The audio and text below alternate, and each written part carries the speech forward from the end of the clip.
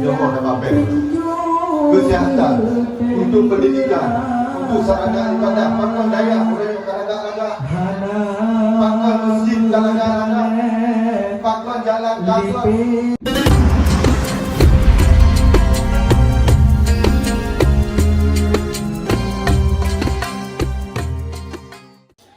Hijau boh sukun lam kebun abu kemah si getua tajro kebada lirik lam pantun khusus lon tujuh bukan ke lagu ke gura-gura nangdrom berdaulat sebrat musyuh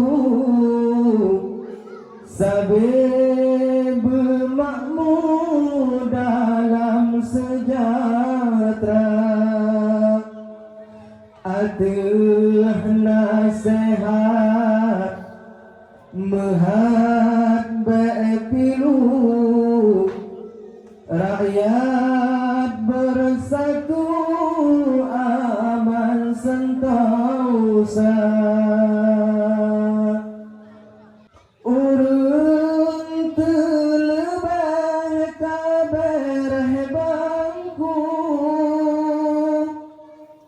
rakyat gebantu bukan percuma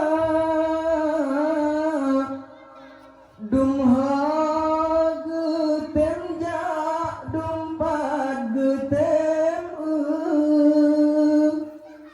hinan Aparat desa ditanggung oleh APBD dengan PAD Kabupaten.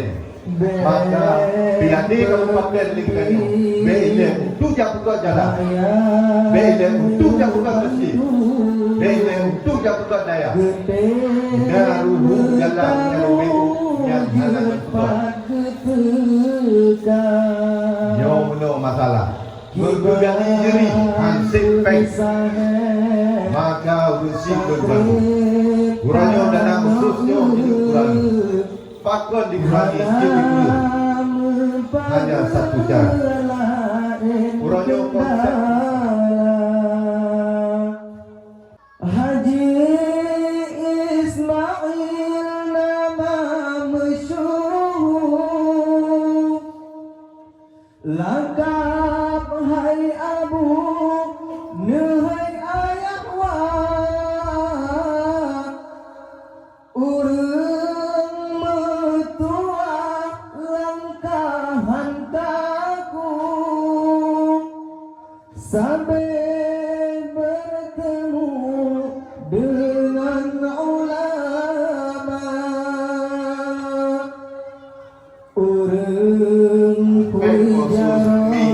sekalian nyawa kandungan cuma buka efek akibat pel khusus kesehatan Johor dan Papua. Kesehatan, untuk pendidikan, untuk sarana ibadah, pakon daya, boleh agak-agak, pakon masjid agak-agak, pakon jalan kaki, hadirin kesini Tuhan yang jadi masalah dalam perkara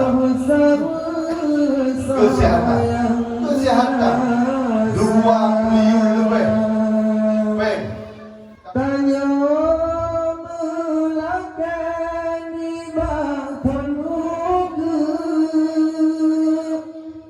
bege bersatu sabah suara jalan DPR wahai atunku begapnya laju yang atau bangsa nepetro haba wahai abu rakyat rakyat menunggu Petro masa DPR Aceh gejalan laju mangat bermaju Aceh sejahtera